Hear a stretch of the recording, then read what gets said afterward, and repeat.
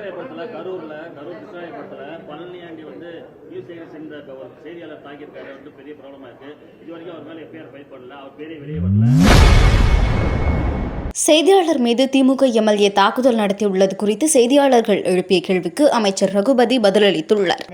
சம்பளத்துக்கு என்ன பண்ணுவாங்க, டீசலுக்கு என்ன பண்ணுவாங்க, வண்டி ரிப்பேர் ஆனால் என்ன பண்ணுவாங்க, இப்படியெல்லாம் கேள்விகள் கேட்டு இது அரசையே முடக்க போய் செய்யக்கூடிய செயல்.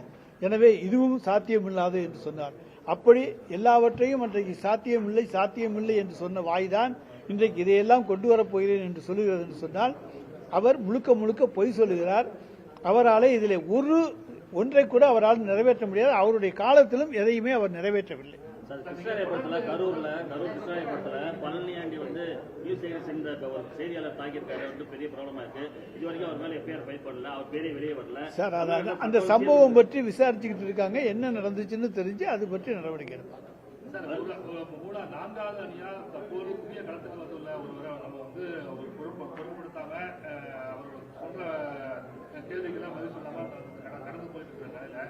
அவர் கடுமையான குற்றச்சாட்டை திமுக மேல தொடர்ந்து வச்சுக்கிட்டு இருக்காரு. திருக்குறளை சொல்லி முதல்வர் கடுமையான விமர்சனம் சொல்றாரு. அது திமுக சைடிலிருந்து எந்த விதமான ரியாக்ஷன்? அவர் திருக்குறளையும் மொழிபெயர்ப்பாரு, எதை வேணாலும் மொழிபெயர்ப்பாரு, என்ன வேணாலும் ஆட்டம் போடுவார், என்ன வேணாலும் பாட்டு பாடுவார், எல்லாம் நடிப்பார், எல்லாம் டான்ஸ் ஆடுவார், எல்லாம் பண்ணுவார். ஆனால் மக்கள்கிட்ட ஓட்டு வாங்க முடியாது. தொடர்ந்து நாங்கள் திமுக எதிர்த்து நாங்கள் ஆட்சிக்கு